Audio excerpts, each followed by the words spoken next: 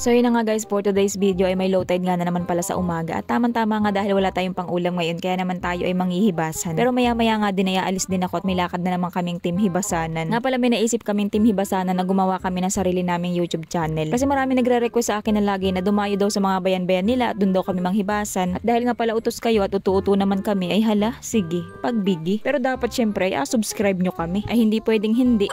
Bakit parang namimilit naman ay ano. Pero yun na nga, sana po ay suportahan nyo rin ang team namin. Pero sa ngayon hindi pa naman po kami nakakapag-upload. Pero yun na nga, mabalik tayo din sa hibasanan at kung saan-saan na naman napupunta ang istorya. Kapag nga pala kami nang hihibasan ay nagdadala kami ng pangkawit para baga pang buklat sa bato. Pero dahil nakalimutan ko nga, ayan, paan na lang ang gagamitin ko. Tinatamad akong tumungo para buklatin aring bato. May nakita kasi akong isdang pumasok din sa bato, kaso ayun, mukhang nawala, lumipat dun sa kabila. Kapag ganun nga palang umaga ang hibas ay medyo mahirap talagang manghuli ng mga isda at gawa ng mailap sila. At saka mga nakatago sila sa bato, hindi tulad kapag gabi. Hindi pati mainit, malamang gabi nga ay. Kapag ganun nga palang hindi mabuklat ang bato, ay naku, wag nang pilitin kung ayaw. Pag ganun nga palang umaga ang hibas, kadalasan nakukuha lang namin dito ay mga kinason o yung bagang mga uri ng shell. Pero may mga nakukuha rin naman kaming mga isda, lalo na nga kapag may nagkakabit ng putos o yung lambat baga. At saka yung iba natatrap dito sa mga lamawan. Nga pala yung lamaw na tinutukoy ko yung ganito. Yan tubig na yan, tapos napapaligiran sila ng hibas. Lamawan tawag namin dyan o lamawan. Hindi nga pala magandang manghibasan ngayon kasi maraming kulapo. O ito baga mga damo din sa dagat, ayan yung kulay brown. Natatahuban kasi nila yung mga kinason. Ang bala ko pa naman sanang panguhain ngayon ay kibot o yung bagang sea anemone. Kaso mahirap maghanap ng ganun kasi natatahuban nitong mga kulapo. Kailangan mo pang buklatin, naku, hasol. Nga pala baka may mag-react na naman sa akin sa salitang hasol at sabihin ay hassle kasi yun, hindi hasol. Mag-aral ka din, hindi puro hibasanan. Magaling ka nga sa English kaso mulog ka naman. Bisaya kasi yun, ti. Alam niyo, wala naman pong problema sa akin kung i-correct niyo ako kasi mas gusto ko nga yun para nalalaman ko yung mga mali ko. At saka yes, pungog naman talaga ako pagdating sa English. Pero yung pag-correct niyo sa akin, wag naman sanang gayaan. May alam ka lang na kaunti sa English, niyabang mo agad, hindi mo alam yung mga salitang Bisaya. Sinabihan mo pa ako na mag-aral, buti sana kung sagot mo ang tuition. Hoy, bakit parang nagagalit na naman? Pero yun na nga, mabalik tayo din sa hibasanan at baka mapaaway pa ako. May nakita nga pala akong dalawang butas na bumubugan ng tubig. Siguro ito ay kabibi, yung tinatawag nilang bigatan. Pero hindi nga ako sigurado kaya tinusok ko na lang. Ayokong damputin, baka kasi ay butas lang ng aluhipan baga sa dagat. Pero ayan, shell nga siya. Ito yung tinatawag naming bigatan. Yung ganito nga pala ay lumalaki pa yan. Pero pwede naman na ito. Yung mga ganari nga pala ay kadalasan nakabaon talaga yan sa buhangin. Mahirap silang hanapin lalo na kapag nandito sila sa batuhan. Hindi tulad kapag nasa buhanginan. Ang palatandaan nga lang pala din kapag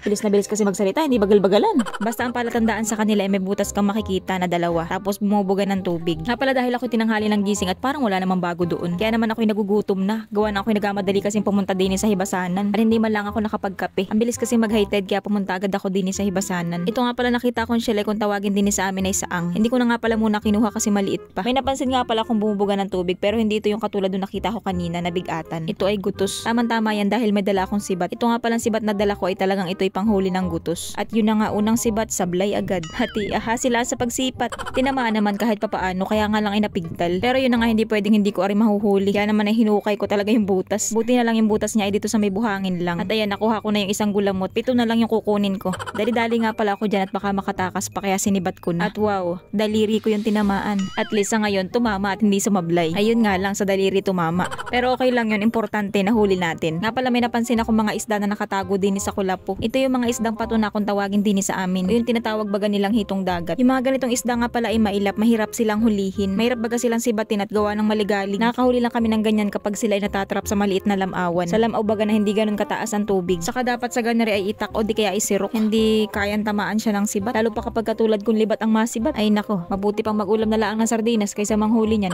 Pero atestingan ko pa rin kung makakahuli ako. At try kong magsibat din ay nagakumpulan kasi sila sa ilalim ng kulapo. At ayun, mukhang may tinamaan naman ako kahit papaano. Nga pala yung ganaring klase ng isda ay masakit sila makatinik. Para din sila katulad ng lionfish, stonefish. Basta mas masakit pa ito sa iwanan ka ng jowa mo. Pero masarap itong gataan. Tapos alagyan ng tanglad. May nakita nga rin pala akong tuyom at syempre hindi ko yan palalampasin. Akunin ko yan kahit wala akong dalang sirok. Asilid ko na lang muna sa timba. Pero ayan, dumating nga si Unichan at may dala siya nitong net. Kaso nga lang ay walang kawad. Kaya naman ako hirap magsilid. Paano baga ari gamitin? Kaya naman siya na nga lang ang pinakuha ko at pinaglinis ko na ring tuyom. Yan nga palang inapanguha niya kaya may dala siyang ganyan. At may dala rin siyang bahaw. At dahil nga pala tumataib na kaya naman ipauwi na kami at nahuli ko lang na pang-ulam may isang gutos, tapos ilang pirasong kinasun at isang pirasong patuna. Pero ayan, may nadaanan nga pala ako ditong kalantigas, kaya naman ay hindi pa muna ako uuwi at mga kalantigas na lang ang ahulihin ko. Tinatanggalan ko na nga pala ng sipit para hindi ako mahirapang magdampot. Tapos may nakita nga pala ako ditong kahag ng katang o yung bagang pinagbutasan ng katang. Subukan nga pala ni Unicha na dukutin para mahuli niya. Kaso nga lang ayan, ang lalim ng butas. Tapos may paliko pa yung butas. Dapat dito ay may pambungkal na tagad. Matigas kasi itong buhangin kasi may lupa sa ilalim. Hindi kaya ng kamay lang. Nga pala naisipan ko na manguha na lang ng kalantigas at wala kami nga ulamin. Marami ka nga pala makikita ng kalantigas din sa amin kasi wala masyadong nangunguha ng ganyan dito. Mga nakabalay sila sa buhangin at mga nakalabas lang ay mata. Pero minsan kita yung likod nila. Ganyan nga rin pala bumalay ang katang sa buhangin. Pero ngayon wala kaming makitang katang at gawa ng may mga butas sila. Yung mga ganitong klase nga pala ng krab ay hindi yan lumalaki na sobra. Hindi yan katulad ng katang o alimango na lumalaki sila. Baka kasi may magreklamo na naman dyan at sabihin ay liit na liit pa inakuha na. Yan ang pakalmanin baga ano, hindi nala ang manood. Nga pala itong kasunod na video, ayan, kinabukasan naman niya nang hibasan ulit ako kasi nga ay mahibas syempre. Alas 9 na nga pala ang hibas kaya naman ayan init na. Pero okay lang yun, pabor naman sa akin ng ganitong oras ng hibas at gawa na ako'y laging tanghali gumising. Hindi kasi ako lagi makatulog ng maaga kaya naman ay hindi rin ako magising ng maaga.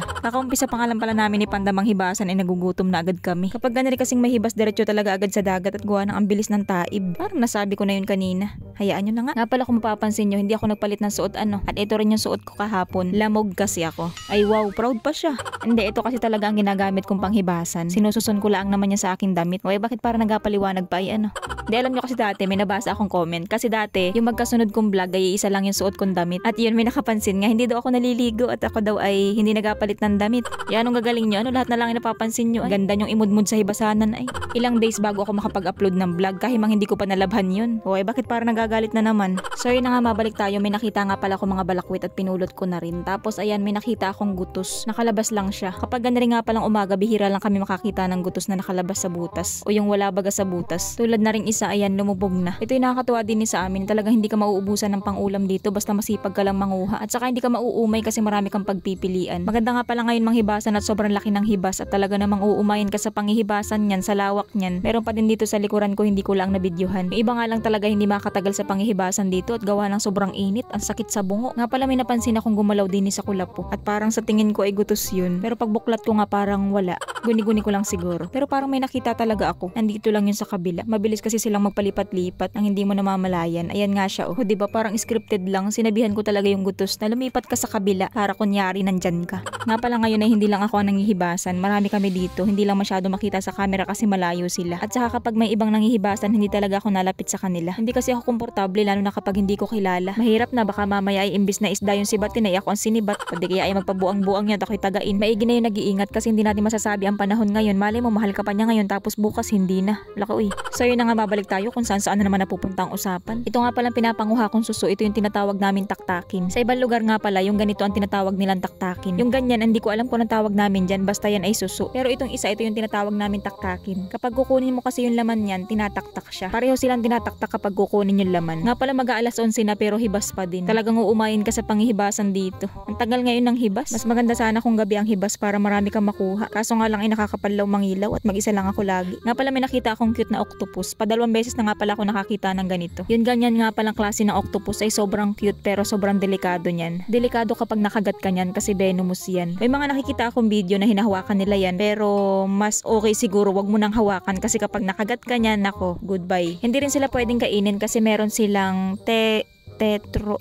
basta yun, lason. Ayan, nag-search po ako. Basahin nyo na lang kasi yung iba baka hindi maniwala. Mas okay kapag nakakita kayo ng ganyan, tingnan nyo na lang sila. Wag na magbida-bida na hawakan pa at pag nakagat ay nako, iyawan ko na laang. Pero yun na nga, kapag pupunta po tayo ng dagat, lalo na kapag hindi mo kabisado ang mga lamang dagat, ay wag po tayo basta magdadampot ng mga nakikita natin. Lalo na kapag hindi ka sigurado na pwede ba yung damputin o kaya ay pwedeng kainin. Kasi may mga kilala kong ganyan. Patila yung fish ay damputin, buti na lamang at nasabihan ko agad. Pero alam nyo ang ginagawa ko kapag may mga nakikita ko dito sa dagat na hindi ako sigurado kung pwede ba yung damputin o kainin. Sinesearch ko muna. Total malakas naman ang signal din sa dagat. Para lagi tayong safe, huwag tayong pamulog-mulog. Nga pala bago tayo magpatuloy ay shoutout muna kay Icer Robedillo, Kent Baltasar, Alex Bungapat, Mayra Bergado, Buhay Bukid ni Bunso, from Malabahay, Miss May, Jandy Jade Polio, Orhe Seher at kay Elmo Almoite. So bali hanggang dito na lang muna at nagalag na naman ang aking cellphone. Gandang ibalibag.